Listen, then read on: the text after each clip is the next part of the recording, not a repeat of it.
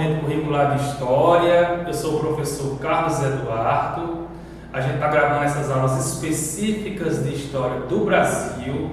Esta é uma iniciativa da Secretaria da Educação, Cultura e Ensino Superior do município de Iguatu, que tem como objetivo fazer com que você aprofunde os seus conhecimentos nesse momento de pandemia, onde o ensino está sendo realizado de forma remota, aprofunde os seus conhecimentos sobre a história do nosso próprio país. Então hoje a gente vai dar continuidade às nossas aulas de História do Brasil, falando um pouco hoje, estudante, sobre o ciclo da mineração, o ciclo do ouro na história do Brasil.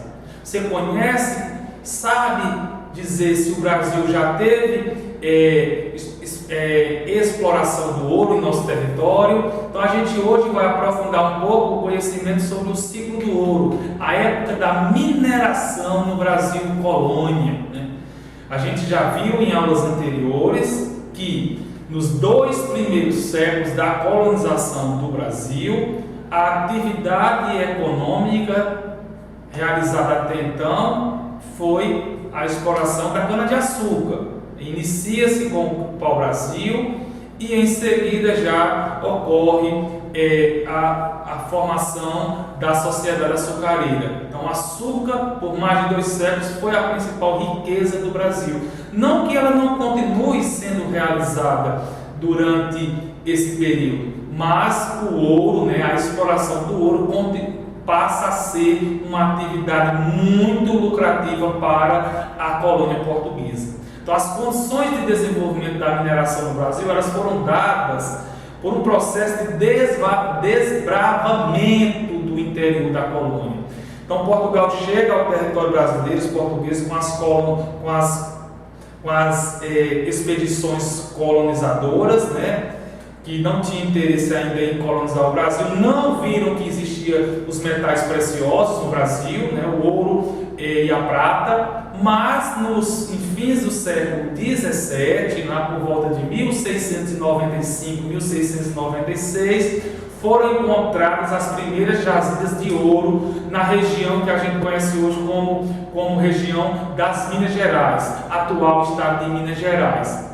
Então o açúcar perde um pouco do interesse e o interesse volta-se para um novo ciclo, que é o ciclo do ouro, Então no século XVII, as exportações de açúcar elas começam a diminuir com a concorrência de outras regiões do planeta, e aí Portugal precisa buscar novas fontes de renda, e a fonte encontrada, qual foi a nova fonte de renda? Foi a mineração.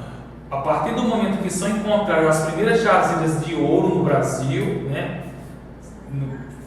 fins do século XVII, começa-se uma corrida, uma corrida ao ouro. Primeiramente em Minas Gerais, em seguida no atual estado de Goiás, no estado de Mato Grosso. E aí, através de que essas relações são estabelecidas? Quem foram esses desbravadores? É importante a gente entender que os desbravadores foram os bandeirantes, os famosos bandeirantes. E eu pergunto para você, são vilões ou heróis da história do Brasil?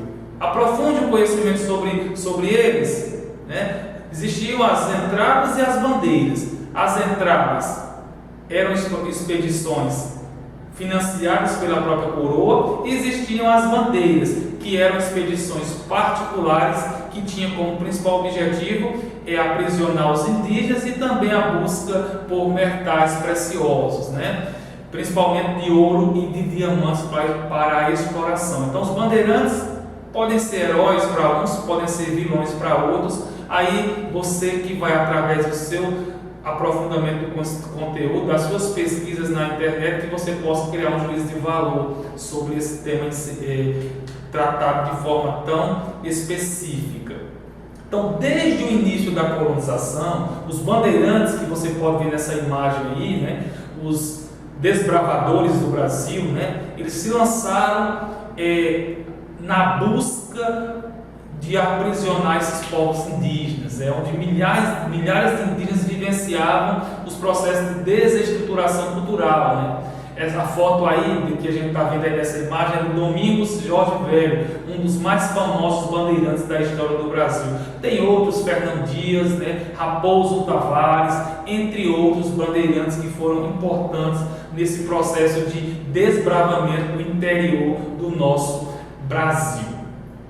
Então o ciclo do ouro ele se inicia no século XVIII, né? Inicia no fim do século XVII, mas a sua expansão de fato ocorre no século XVIII, né? Após a descoberta das primeiras minas de ouro, o rei de Portugal ele tratou de organizar a sua extração. E aí, com o objetivo de explorar cada vez mais as nossas riquezas, né? De fincar essas raízes, de fazer com que esse ouro ele fosse todo convertido para a coroa, ele se interessa por essa nova fonte de lucro, né? Que o açúcar estava em declínio e ele começa a cobrar uma série de impostos, né? O quinto, né?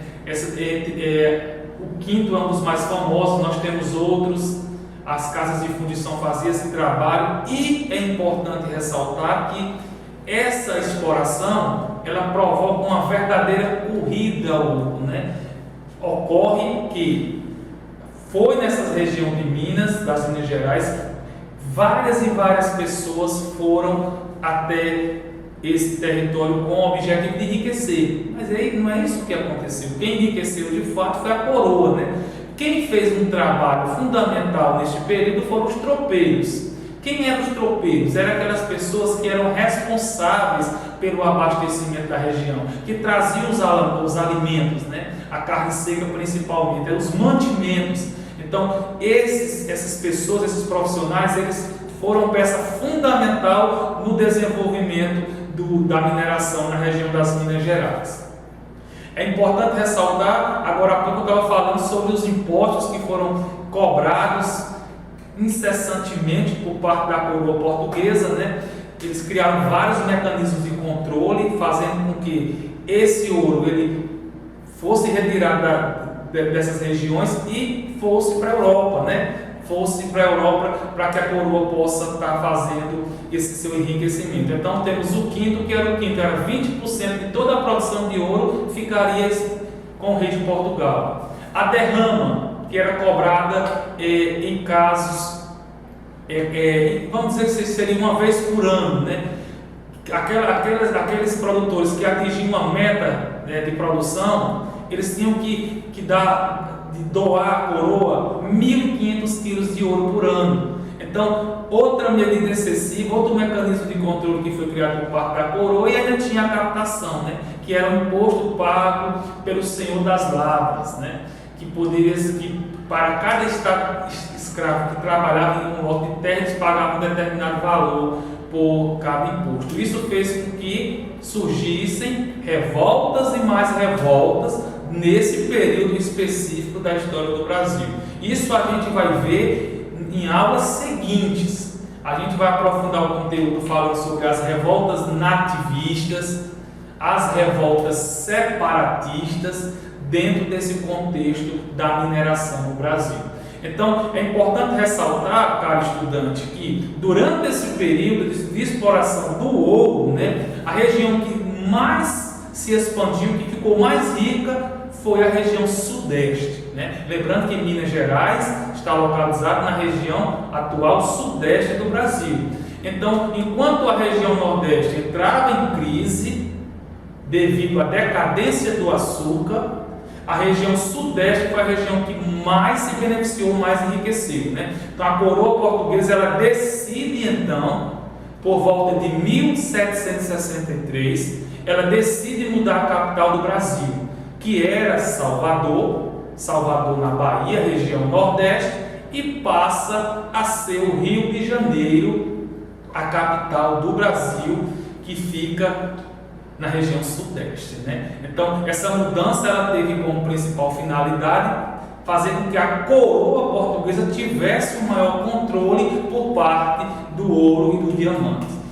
Esse contexto se insere dentro do ciclo da mineração e que, ao longo das nossas aulas seguintes, a gente vai aprofundar falando das revoltas e das rebeliões que ocorreram nesse período.